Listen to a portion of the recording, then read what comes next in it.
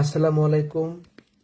আশা করছি সকলেই মহান আল্লাহ তাআলার অশেষ রহমতে অনেক অনেক ভালো আছেন এবং সুস্থ আছেন। আলহামদুলিল্লাহ আমিও ভালো আছি। আজকে আমরা আমাদের কোর্সের জ্যামিতি অংশটা শুরু করব।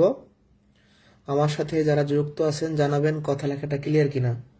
যারা যুক্ত আছেন জানাবেন কথা লেখাটা ক্লিয়ার কিনা।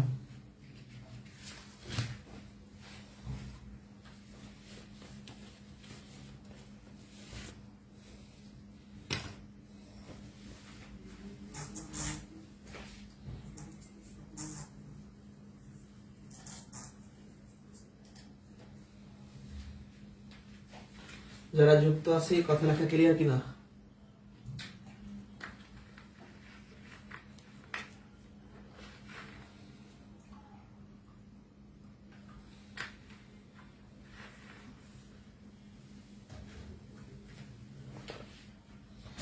ওকে, জ্যামিতি ভালো করে বোঝার জন্য আগে রেখাকোণ সম্পর্কে ভালো ধারণা থাকতে হবে। আজকে আমরা মূলত জ্যামিতির বেসিকটা শিখতেছি, ঠিক আছে? তাহলে শুরু করি, আর কথা না বাড়াই। আমাদের কোর্সটা আর কিছুদিনের মধ্যে, অল্প কিছুদিনের মধ্যে ক্লোজ হয়ে যাবে। জ্যামিতির 7-8টা ক্লাস বাকি আছে, পরে শেষ কোর্স।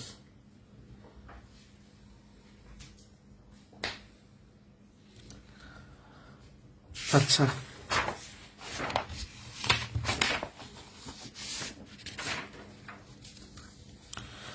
একদম শুরুতেই আমরা জানবো যে বিন্দু কি, পয়েন্টস, এটা জানবো আগে। বিন্দু হলো যার শুধুমাত্র অবস্থান আছে, দৈর্ঘ্য প্রস্থ উচ্চতা কোনো কিছু নাই, এটা একটা বিন্দু। এই বিন্দুটার দৈর্ঘ্য প্রস্থ উচ্চতা কিছু নেই, বাট এর অবস্থান আছে। আমি বলতে পারতেছি এই বিন্দুটা এই পেজটার এখানে আছে বা মাঝখানে আছে।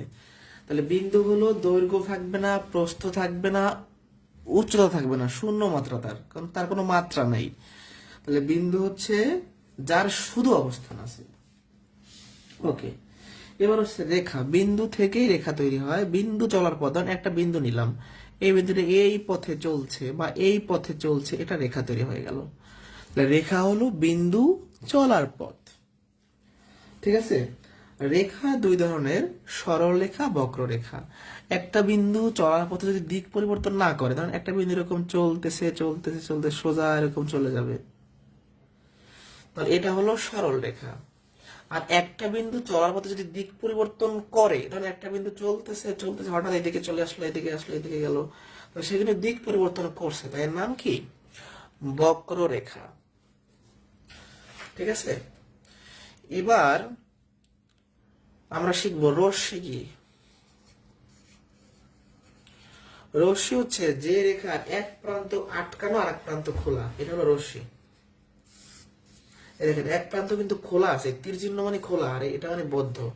তাহলে রশ্মি হলো এক প্রান্ত আটকানো আর এক প্রান্ত খোলা। আর রেখাংশ, ধরেন আমি এই রেখাটা থেকে এইটুকু অংশ কেটে নিলাম, রেখাংশ মানে রেখার একটা অংশ। রেখাংশের দুই দিকে আটকানো থাকে। এখান থেকে আমাদের গুরুত্বপূর্ণ 3টা বিষয় করতে হবে।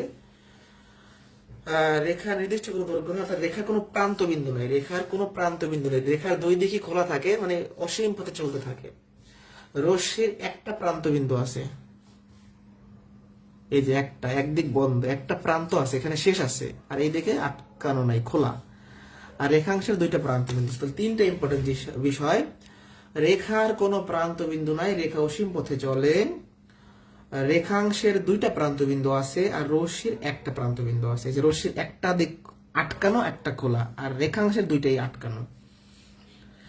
এই বিষয়গুলা কিন্তু পরীক্ষায় আসতে পারে।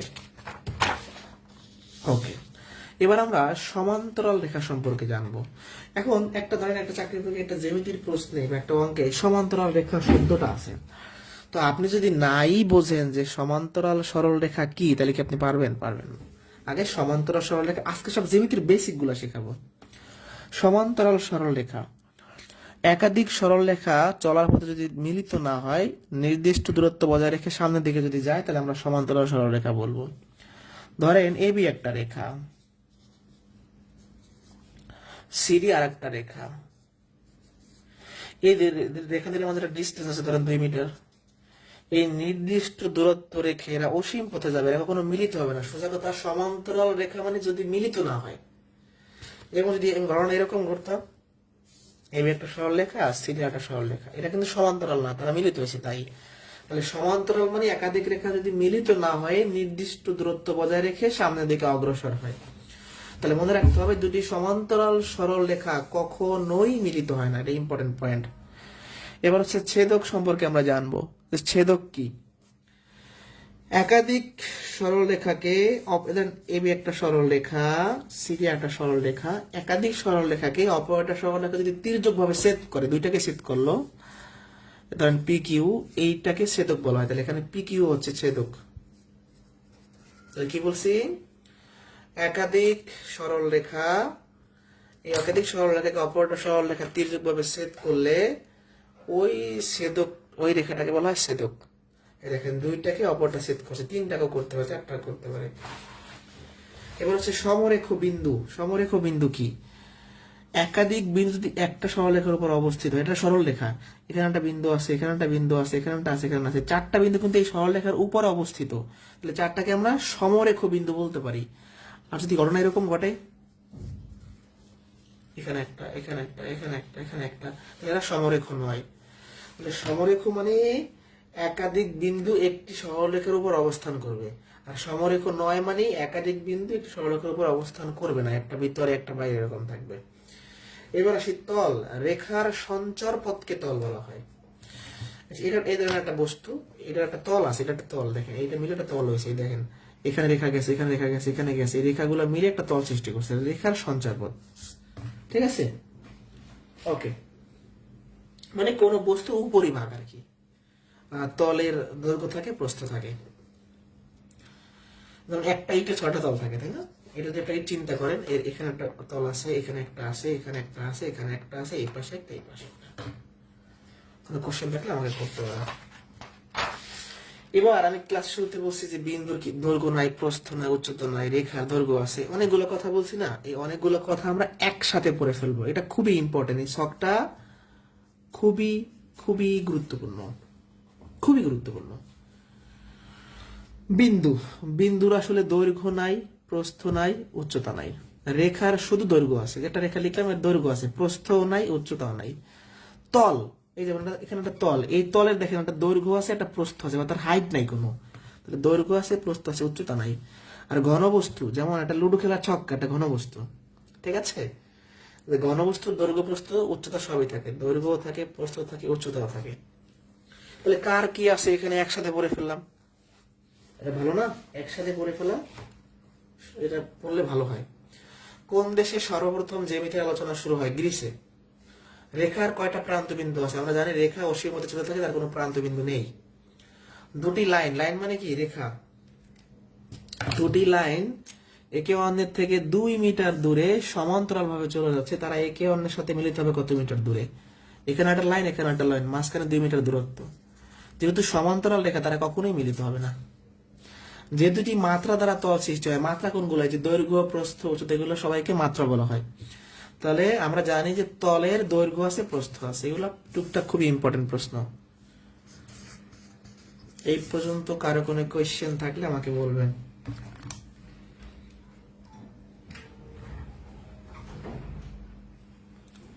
কারো কোনো কোয়েশ্চেন আছে কিনা?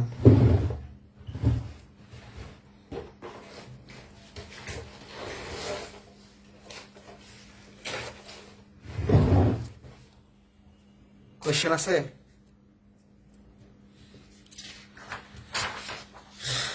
রেখা রশ্মি থেকে এই বিষয়গুলো পড়বেন। কোণ, জ্যামিতির মধ্যে কোণ খুবই একটা ইম্পর্টেন্ট বিষয়, মানে অনেক ইম্পর্টেন্ট। কোণ আসলে ইম্পর্টেন্ট, অনেক বেশি আমাদের লাগবে। চাকরি পরীক্ষায় 100% প্রশ্ন হবে, আপনি যেখানেই পরীক্ষা দেন না কেন। বাংলাদেশের যতগুলো চাকরি আছে, যে কোনো জব, বিসিএস, প্রাইমারি, এনটিএসসি, নিবন্ধন, ব্যাংক, নন ক্যাডার, যে কোনো জবের পরীক্ষা দেন না কেন, কোণ থেকে আপনি প্রশ্ন পাবেনই। তাহলে কোন জিনিসটা কি, এটা আমাদের আগে বুঝতে হবে, যে কোন কাকে বলে। দুইটা রেখা বলতে পারেন, রশ্মি বলতে পারেন, একে অন্যের সাথে মিলিত হইলে মিলিত বিন্দুতে যে বিষয়টা হয় সেটাই হলো কোণ। ঠিক আছে? যেমন আমি লিখলাম এটা একটা একটা রশ্মি লিখলাম, হ্যাঁ, এটা আটা রশ্মি লিখলাম। এই দুইটা রশ্মি এখানে এসে মিলিত হয়েছে, এই বিন্দুটার নাম হচ্ছে শীর্ষবিন্দু, এখানে মিলিত হয়েছে, এই বিন্দুতে একটা কোণ উৎপন্ন হয়েছে, এই যে ডিসটেন্স, এটা হলো কোণ। তাহলে কোণের সংখ্যাটা কি হবে, যে দুইটা রশ্মি মানে একই সমতলে অবশ্যই দুইটা রশ্মি যদি মিলিত হয়, মিলিত বিন্দুতে যা উৎপন্ন হয় সেটা হলো কোণ। এরকম হইতে পারে, এটা একটা রশ্মি অপরটা সেভাবে মিলিত হইলে এখানে একটা কোণ উৎপন্ন হবে। ওই রকম হইতে পারে, এখানে একটা রশ্মি আছে, এখানে আটটা রশ্মি মিলিত হইলো, এখানে একটা কোণ উৎপন্ন হবে। তাহলে বিভিন্ন ভাবে কোণ উৎপন্ন হইতে পারে। এখন এই যে আকার আকৃতি পরিমাপের উপর ভিত্তি করে কোণকে অনেকভাবে ভাগ করা হয়েছে, আমরা পর্যায়ক্রমে সেগুলো জানবো। প্রথমে সমকোণ সম্পর্কে জানবো। সমকোণ মানে যে কোণটা এক্সাক্ট 90 ডিগ্রি, মানে যে কোনো পরিমাণ 90 ডিগ্রি, যেমন এই 90 ডিগ্রি, 90 ডিগ্রি, 90 ডিগ্রি। তাহলে এক সমকোণ মানে 90 ডিগ্রি। তাহলে আমরা এরকম বলতে পারি, এক সমকোণ সমান হচ্ছে 90 ডিগ্রি। দুই সমকোণ হচ্ছে 2 × 90, 180 ডিগ্রি। তিন সমকোণ হচ্ছে 3 × 90, 270 ডিগ্রি। চার সমকোণ হচ্ছে 4 × 90, 360 ডিগ্রি। ওকে, তাহলে সমকোণ জিনিসটা আমরা বুঝতে পারছি, তাই না? এবার আসি সূক্ষ্মকোণ। সূক্ষ্মকোণ হলো যে কোণের পরিমাণটা 90-এর ছোট, মানে 90-এর ছোট যে কোনো কোণই সূক্ষ্মকোণ। তাহলে আমি লিখলাম এরকম 30 ডিগ্রি, 90-এর ছোট সূক্ষ্মকোণ। আমি লিখলাম এটা একটু এরকম করতে হবে, আমি লিখলাম 85 ডিগ্রি, এটা কি সূক্ষ্মকোণ। আমি লিখলাম 10 ডিগ্রি, এটা কি সূক্ষ্মকোণ। তার মানে 90-এর ছোট হইলে সে সূক্ষ্মকোণ। এবার সে স্থূলকোণ, এটা ইম্পর্টেন্ট। স্থূলকোণটা হলো 90-এর বড় বাট 180-র ছোট, মানে এরকম হয় ব্যাপারটা। এ যদি একটা কোণ হয়, এই কোণটা কখন স্থূলকোণ হবে? এই কোণটা 90-এর বড় হবে মাস্ট বি, আবার 180-র ছোট হবে। এই লিমিটটা তার মধ্যে থাকবে। যেমন আমি যদি বলি 90-এর বড় কিন্তু 180-র ছোট, মনে করেন আমি বললাম 135 ডিগ্রি। 135, এই সংখ্যাটা কি? 90-এর বড় 180-র ছোট, তাকে কি বলা হয়? স্থূলকোণ। এটা অন্য একটা ডেফিনেশন আছে, কিরকম? 90 মানে কি? 1 সমকোণ, 180 মানে কি? 2 সমকোণ। তাহলে এভাবে বলা যায়, যে কোণের পরিমাণ 1 সমকোণ থেকে বড় কিন্তু 2 সমকোণ থেকে ছোট, তাকে বলা হয় স্থূলকোণ। এটাও বলা যায়। সরল কোণ, সরল কোণ মানে যে কোণের পরিমাণটা এক্সাক্ট 180 ডিগ্রি। ধরেন ঘটনা এরকম ঘটতে পারে, যেখানে একটা রশ্মি আছে, অপরটা সেভাবে মিলিত হলে, এটা মিলিত কিন্তু বিন্দু, এই যে কোণটা, এটার নাম হচ্ছে সরল কোণ, মানে 180 ডিগ্রি, অর্থাৎ 2 সমকোণ। সরল কোণ মানে 2 সমকোণ। প্রবৃদ্ধ কোণ, ভেরি ভেরি ইম্পর্টেন্ট। প্রবৃদ্ধ কোণটা হচ্ছে যে কোণের পরিমাণটা 180-র বড় বাট 360 ডিগ্রি ছোট। ধরেন এ যদি একটা কোণ হয়, এটা অবশ্যই 180 ডিগ্রি বড় হইতে হবে এবং 360 ডিগ্রি থেকে ছোট হইতে হবে। তাহলে এই কোণটার নাম হয় প্রবৃদ্ধ কোণ। এটা কি অন্যভাবেও বলা যায়, 180 মানে 2 সমকোণ, 360 ডিগ্রি মানে 4 সমকোণ। যে কোণের পরিমাণটা 2 সমকোণ থেকে বড় বাট 4 সমকোণ থেকে ছোট, তাকে কি বলবো? প্রবৃদ্ধ কোণ। ধরে লিখলাম 260 ডিগ্রি, এই সংখ্যাটা কি? 260 180-এর বড় বাট 360 ডিগ্রি ছোট, এটা হচ্ছে প্রবৃদ্ধ কোণ।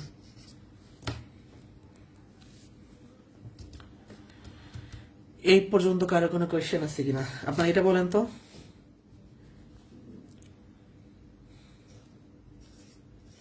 এটা কি কোণ হবে? 190 ডিগ্রি কি কোণ হবে? কমেন্টে বলেন সবাই। 190 ডিগ্রি কেমন কোণ হবে? কমেন্টে জানান। 190 ডিগ্রি কেমন কোণ হবে?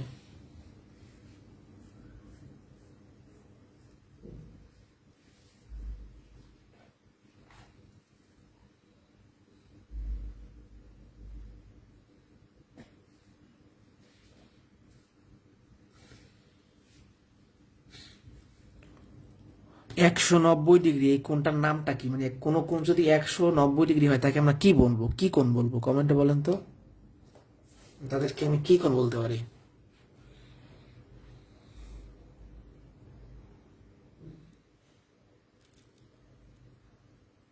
একজন লিখছেন 250। 250 কই পেলেন? মানে আমি প্রশ্ন করছি 190 ডিগ্রি কোণটার নাম কি? 250 বললে হবে? এটা প্রবৃদ্ধ কোণ। কেন? কারণ 190, এই সংখ্যাটা 180-র বড় বাট 360 ডিগ্রি ছোট। অ্যান্সার কি হবে? প্রবৃদ্ধ হবে। একটি কোণের মান 150 ডিগ্রি হইলে তাকে কি বলবো আমরা? তাকে আমরা স্থূলকোণ বলবো। 180 ছোট বাট 90 বড়। এ যদি একটা কোণ হয় 180 বড় আবার 360 ছোট, নাম হচ্ছে প্রবৃদ্ধ কোণ। একটি সরলরেখা, এটা খুবই ইম্পর্টেন্ট, লিখে রাখবেন। একটি সরলরেখার উপর লম্ব অঙ্কন করলে কয়টা সমকোণ পাওয়া যায়? একটা সরলরেখা নিলাম, এর উপর আমি একটা লম্ব আঁকলাম, তাহলে এখানে একটা 90 ডিগ্রি পাবো, এখানে একটা 90 ডিগ্রি পাবো, তাহলে একটা দুইটা পেলাম, তাহলে দুইটা সমকোণ পাবো। এই প্রশ্নটা বুঝতে পারছেন? একটা সরলরেখার উপর লম্ব অঙ্কন করতে বলছে, তাহলে আমি কয়টা 90 ডিগ্রি পাবো? দুইটা 90 ডিগ্রি পাবো।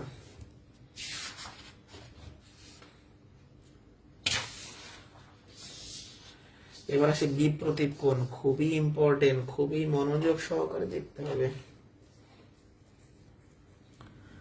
বিপ্রতীপ কোণটা খুবই মনোযোগ সহকারে দেখতে হবে, ভালো করে খেয়াল করে সবাই।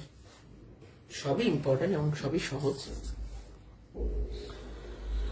দুইটা সরল রেখা যদি একে অপরকে ছেদ করে, ছেদ বিন্দুর চারপাশে চারটা কোণ উৎপন্ন হয়। এই চারটা কোণের ভিতরে একটার অপোজিটে আরেকটা থাকে, এদেরকে একটা অপরের বিপ্রতীপ কোণ বলা হয়। মানে ব্যাপারটা আপনি মুখস্থ করলে হবে না, চিত্র সহকারে বুঝতে হবে।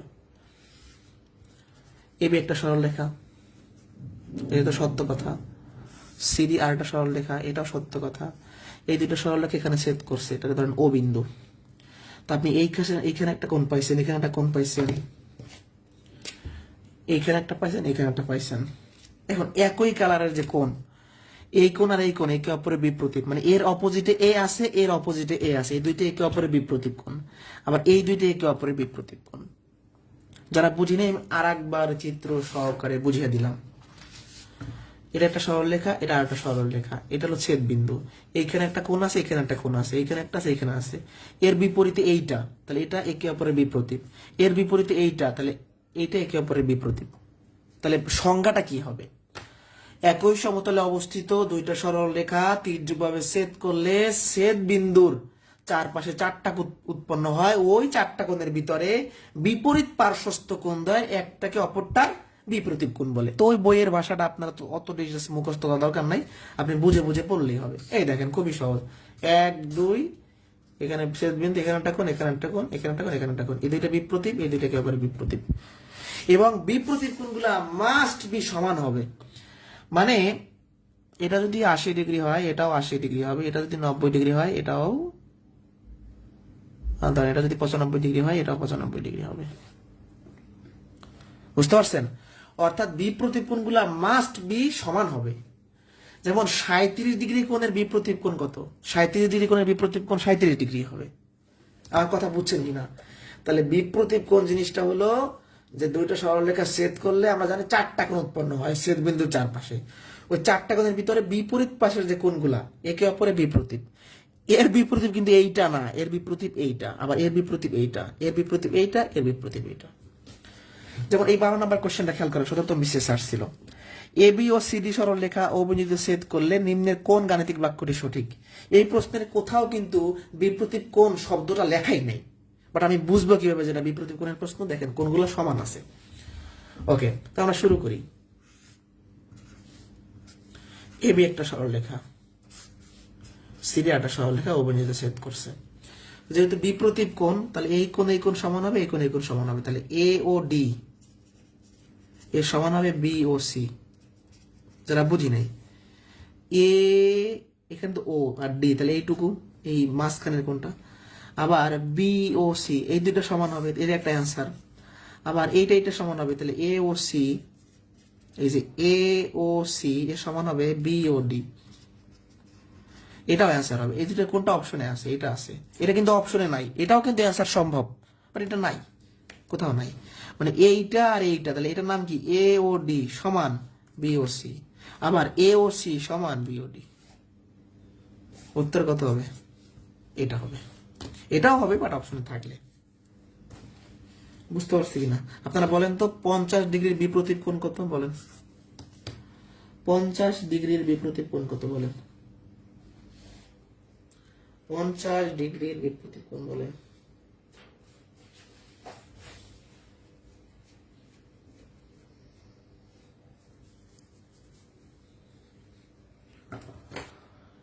50-এর বিপরীতে কত হবে?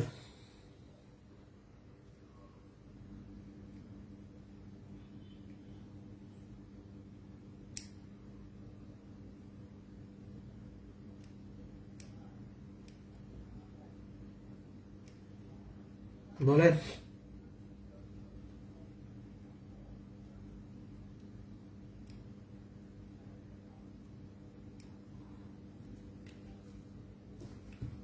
পঞ্চাশের বিপরীতে 50 হবে, তাহলে কোন তো বুঝতে পারছি। এবার হলো সন্নিহিত কোণ, খুবই মজার জিনিস। সন্নিহিত কোণ এটা সহজে যদি বুঝতে চান মনে রাখতে হবে একসাথে লেগে থাকবে, দুটি কোণ লেগে থাকবে, মানে দুইটা কোণ একে অপরের সাথে একসাথে লেগে থাকলে তাদের দুইটাকে সন্নিহিত কোণ বলা হয়। বাট বইয়ের ভাষায় কি? একই সমতল, এটা একটা কোণের একটা সমতল নিলাম, একই সমতলে অবস্থিত দুইটা কোণে যদি একই শীর্ষবিন্দু হয় এবং যদি একটা সাধারণ রশ্মি থাকে মানে সাধারণ বাহু থাকে, কোণ দ্বয় সাধারণ বাহুর বিপরীত পাশে অবস্থান করে, তাহলে ওই কোণটাকে সন্নিহিত কোণ বলে। ব্যাপারটা কি? এখানে আমি দুইটা কোণ নিলাম, ধরেন এটা নিলাম আমি ধরেন 50, এটা নিলাম ধরেন 40 বা অন্য কিছু হইতে পারতো, এটা কোনো ব্যাপার না। তাহলে এইটা একটা কোণের সমতল, এইখানে একটা কোণ, এখানে একটা কোণ, দুইটা কোণের শীর্ষবিন্দু এইটা, একই শীর্ষবিন্দু। দেখেন এই কোণের শীর্ষবিন্দু এইটা, এই কোণের শীর্ষবিন্দু এইটা, এবং দুইটা কোণ মাঝখানে একটা সাধারণ বাহু মানে কমন বাহু, মানে এই বাহুটা এর সাথেও আছে এর সাথেও আছে, সাধারণ বাহুর দুই পাশে অবস্থান করছে। তাহলে এমন কোণ হলে তার নাম হবে সন্নিহিত কোণ। তাহলে সন্নিহিত কোণ মানে কি? দুইটা কোণ লেগে থাকে, একে অপরের সাথে লেগে থাকা। এভাবে বললে আপনার ভালো মনে থাকবে। আর একবার বুঝে ব্যাপারটা, এভাবে বুঝলে ভালো মনে থাকবে।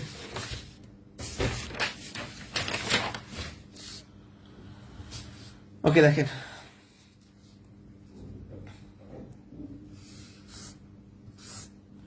এখানে ধরেন 40, এখানে ধরেন 60, এই দুইটা কোণের একটা শীর্ষবিন্দু এবং এই দুইটা কোণে একটা সাধারণ বাহু দুই পাশে আছে, বিপরীত পাশে আছে, তাহলে এই দুইটা কোণে কি একে অপরের সন্নিহিত বলা হবে। তাহলে সন্নিহিত মানে লেগে থাকা, আর কিছু না। এটা ইম্পর্টেন্ট একটা প্রশ্ন। সন্নিহিত সরল কোণের একটা কোণ 95 ডিগ্রি হলে অপরটি কত? আচ্ছা, প্রথম কথা সন্নিহিত তার মানে বুঝে গেছে দুইটা কোণ থাকবে, সরল মানে 180 ডিগ্রি, তাহলে সরল কোণ মানে হলো 180 ডিগ্রি। এখন সন্নিহিত যেহেতু বলছে তার মানে এই 180 থেকে দুইটা পার্ট করছে, সন্নিহিত মানে দুইটা পার্ট থাকবে, তো এর মধ্যে একটা 95, একটা 95, ধরেন এইটুকু 95, তাহলে এইটা কত আমাকে বের করতে বলছে। তাহলে 180 যেহেতু সরল কোণটা, 180 থেকে একটা যদি 95 হয় সেটা বিয়োগ করলে আমরা পেয়ে যাব, তাই না? বুঝতে পারছি কিনা? এটা যারা বুঝতে পারে না এটা আরেকবার ক্লিয়ার করে দিচ্ছি আপনাদের। সন্নিহিত মানে কি? দুটো কোণ থাকবে। সরল কোণ মানে কি? 180 ডিগ্রি থাকবে। তাহলে 180 কে দুইটা পার্ট করব, একটা 95 আর একটা অবশ্যই 85 হবে। এই পর্যন্ত বুঝছেন কিনা বলেন তো? এই পর্যন্ত বুঝলে আমরা চলে যাবো পূরক সম্পর্কে। কোন খুবই ইজি, জ্যামিতি একদম সোজা ভাই। আমরা সবগুলো ক্লাস করেন, দেখবেন যে জ্যামিতির ভয় থাকবে না। এবার এটা ইম্পর্টেন্ট করে আমরা করবো। এই পর্যন্ত বুঝছেন কিনা বলেন?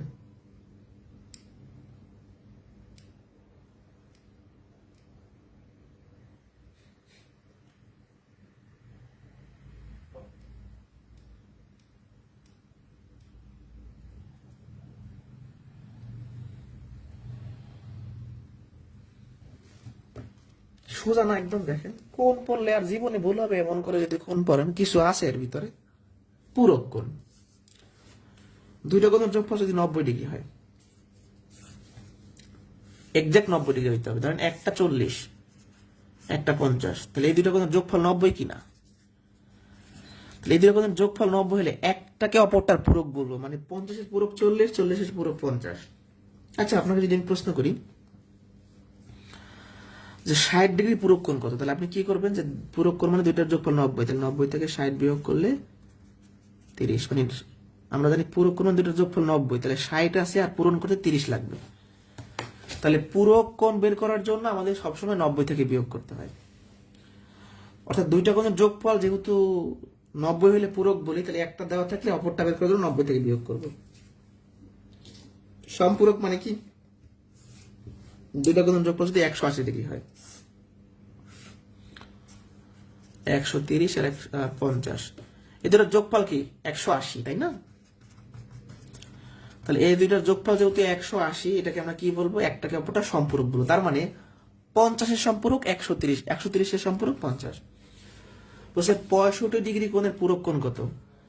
তাহলে আমরা দুটো কোণের যোগফল 90 হলে একটা অপরটা পূরক হয়, তাহলে 90 থেকে 65 বিয়োগ করে দিব আমরা, তাই না?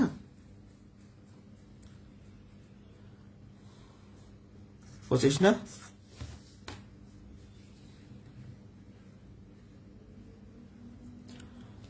বলছে 125 ডিগ্রি সম্পূরক, সম্পূরক কোণ মানে কি 180, তাহলে 180 থেকে একটা কোণ বিয়োগ করলে অপরটা পেয়ে যাবো আমরা।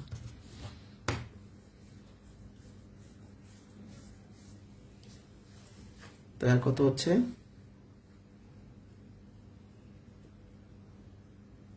55 না?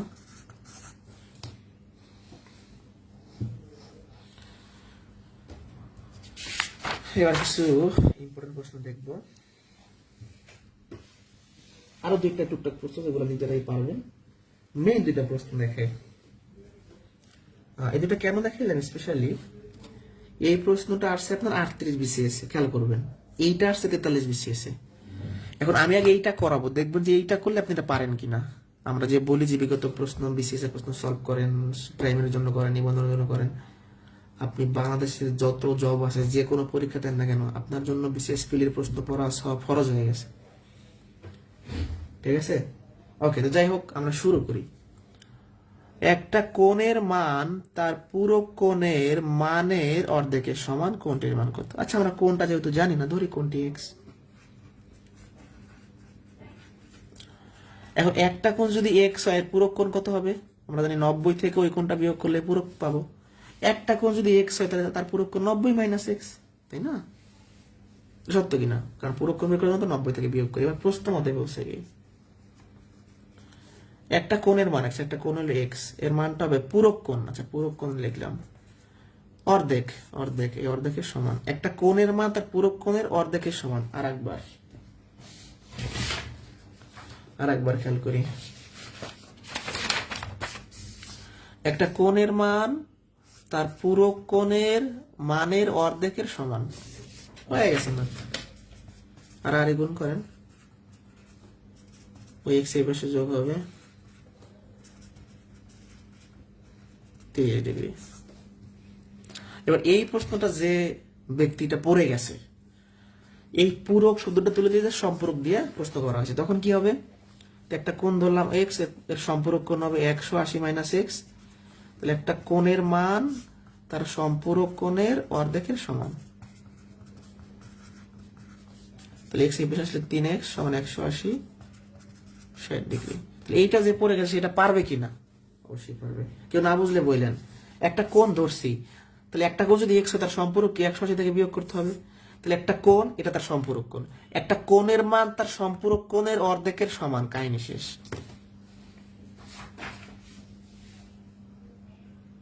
এই পর্যন্ত ডান কিনা?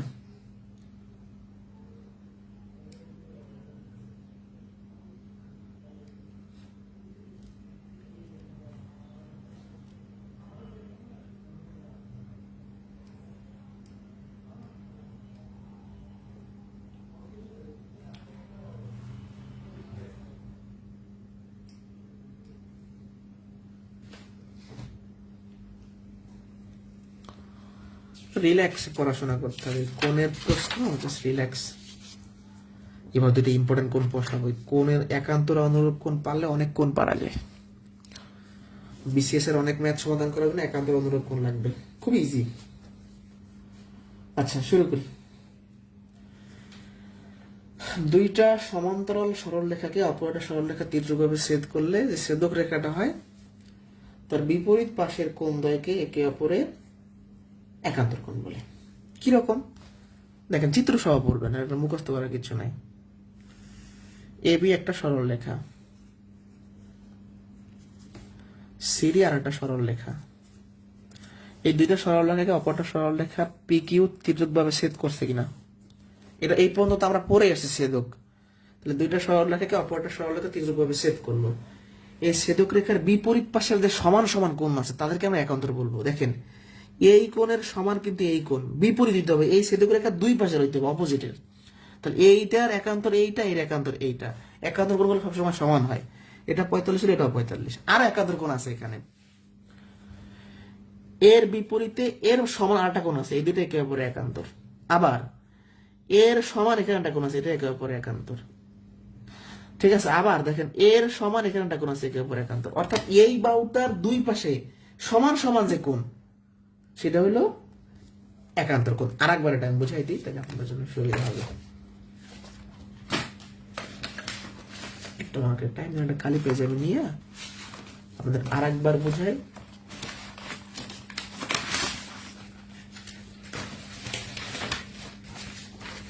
এই একান্তর কোণ আর একবার দেখেন, সরলরেখা সরলরেখা, এই কোণ সমান একান্তর, এই কোণ সমান একান্তর, এই কোণ সমান একান্তর, মানে অপোজিট ডিরেকশনের এই কোণ সমান একান্তর।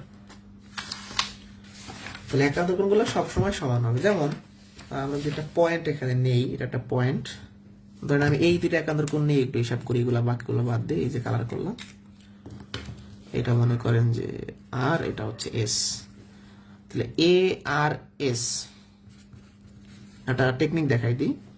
আমরা যখন কোণ লিখি এরকম, এই যে মাঝখানে যেটা হয় সেটাই হয় কোণ। এই যে মাঝখানে আর আছে, তাহলে আর এর কোণটা হবে এটা। তাহলে এ আর এস এর মধ্যে কোণ কোনটা, এইটুকু হবে কোণ, মানে যেটা মাঝখান থাকে সেটাই কোণ। এর একান্তর কি হবে, আর এস ডি, মানে এইটুকু, এটা সমান হবে। এই দেখেন এই যে একান্তর, এর একান্তর হচ্ছে এইটা। অনুরূপটা আবার দেখাই, একই জিনিস, একই চিত্র, দুটো সরল রেখা তির্যকভাবে ছেদ করবে। ছেদক রেখার বিপরীত পাশের সমান সমান যে কোণ ছিল সেটা হলো একান্তর কোণ, আর একই পাশের যে কোণ সেটা হবে অনুরূপ কোণ। একই পাশের এই কোণ সমান, তাহলে এটা কি অনুরূপ কোণ। এই কোণ সমান, এটা কি অনুরূপ কোণ। ঠিক আছে, বুঝতে পারছি কিনা? তাহলে এক পাশের যে কোণগুলা সেটাই হবে। আবার দেখেন এই কোণ সমান অনুরূপ কোণ, এই কোণ সমান অনুরূপ কোণ, মানে এক পাশের। বুঝতে পারছি? ধরেন এটা যদি আপনি আর চিহ্ন দেন, এটা যদি এস চিহ্ন দেন, তাহলে কিউ আর বি এর অনুরূপ হবে, এটার অনুরূপ হবে আর এস ডি, মানে এইটা আর এইটা অনুরূপ। আরো আছে, মানে আমি দুইটা তুলনা করলাম। তাহলে এই ছেদক রেখাটার এক পাশের যে সমান সমান কোণ সেটা হলো অনুরূপ, আর বিপরীত পাশের যে কোণ একান্তর। অনুরূপ কোণগুলো সমান হয়, একান্তর কোণগুলো সমান। এটা যদি 45 হয় এটাও 45, এটা যদি 110 হয় এটা 110, এরকম। তাহলে অনুরূপ একান্তর না বুঝলে আমাকে বলতে পারেন, খুব ইজি। ছেদক রেখার এক পাশের যে কোণ সমান সমান, অনেকগুলো হইতে পারে, এখানে একটা একটা অনুরূপ, এটা অনুরূপ, এটা অনুরূপ। ঠিক আছে, বুঝতে পারছি কিনা?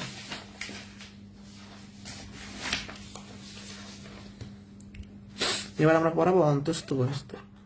আচ্ছা, অন্তস্থ এই শব্দটার মধ্যে একটা কি লুকিয়ে আছে ভিতরে? অন্ত, অন্ত মানে কি ভিতরে।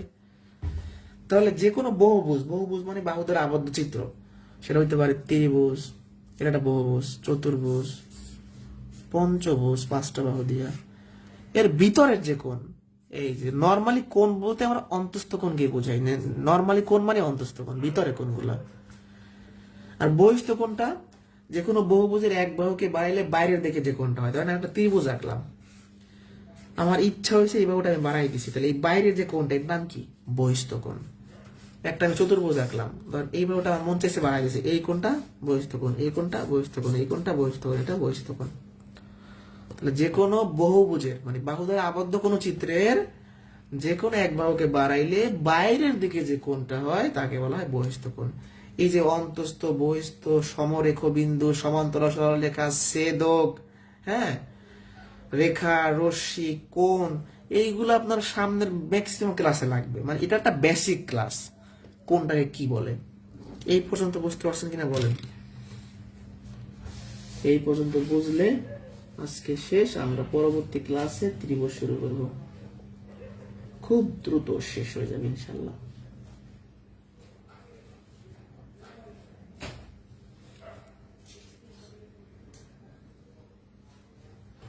এটা আবার ডাউনলোড করে আমি রেকর্ড দিয়ে দেবো, হ্যাঁ। অসময় তার কাছে ক্লাস ক্লাস আছে, সবাই গোছাই দেবো। কোনো প্রশ্ন আছে কিনা কারো বলেন, প্রশ্ন থাকলে বলেন, নাহলে শেষ করি। আর রোজার দিন একটু ক্লাস নিতেও কষ্ট, করতেও কষ্ট, একটু ধৈর্য ধরে করতে হবে। বছরে একটা মাসে আমরা রোজা রাখি, ঠিকঠাক মতো সবাই নামাজ পড়ি। তো যারা মুসলিম ধর্মাবলম্বী আছি আমরা, একটু কষ্ট হয়, কষ্ট হলেও আমরা এই মাসটা যেহেতু সিয়াম সাধনার মাস, একটু কষ্ট করে আমরা ক্লাস করবো, এই আর কি, পড়াশোনা করবো। ঠিক আছে, ভালো থাকেন সবাই।